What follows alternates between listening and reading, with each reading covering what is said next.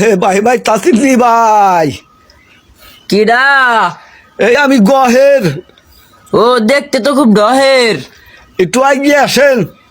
আইবে লাগছি। কি কন?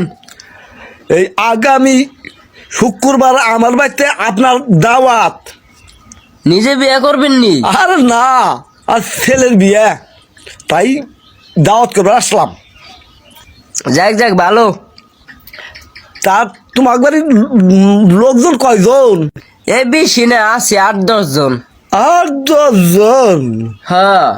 এই যদি যাইবেন নাকি পারো তা যাই, ও না যাইবার পারলে বাবু কোনো সমস্যা নাই। আর না না, জামানি জামানি। দাওয়াত দিবার আইসো তো তালাই বললাম না, 8-10 জন লোক। আরে সমস্যা নাই, কে মেজবানজন আরো আছে, ওটি দিয়ে আরো 8-10 জন হবো। এই সমস্যা নাই, 20-25 জন যা পারো মানি। 20-25 জন যাইবার পারবি না? আমি কইছিলাম কি, ওই অনুষ্ঠান তো আমি ছোট করে করছি, বেশি বড় করে না।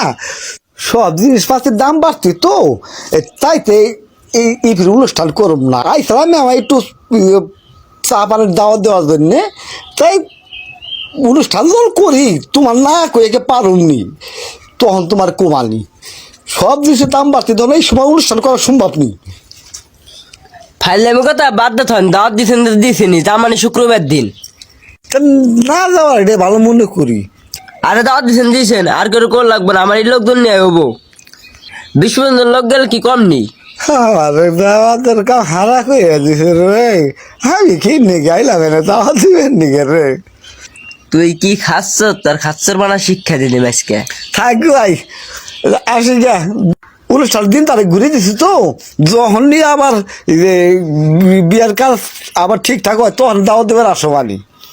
ওই কথায় কাম হবো না, আমি শুক্রবার দিন যাই মেজবান্ধন নিয়ে যায় হাজির হয়ে যাবানি। আর কয় কি রে, খালি বাড়িতে হতো যে যাইবা কি করবে? দাওয়াত দেওয়ার কাম দিছ আমি বুঝো মানি। আমার দাওয়াতের কাম হারা করে দিছে। হর ভাই তো আমি যাই না কেমন আইলাম রে।